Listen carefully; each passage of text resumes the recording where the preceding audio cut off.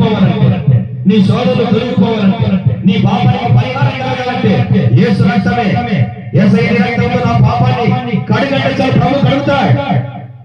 యేసయ్య పాపి నన్ను క్షమిస్తాడు అన్నాక రేపు నీది కాదు.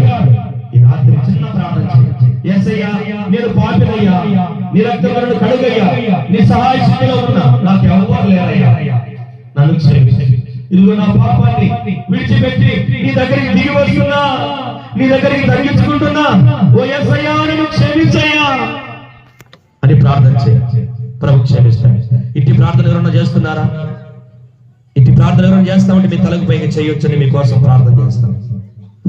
బ్రదర్స్ వైపు, సిస్టర్స్ వైపు కానీ అమ్మ ఎవరైనా సరే, అయ్యా యేసయ్య నాకు కావాలా, నా పాపాలు క్షమించబడాలా, నేను దేవుని బిడ్డగా ఉండాలా, నాకు నెమ్మది కావాలా, సమాధానం కావాలి, ఎవరు వస్తాడా?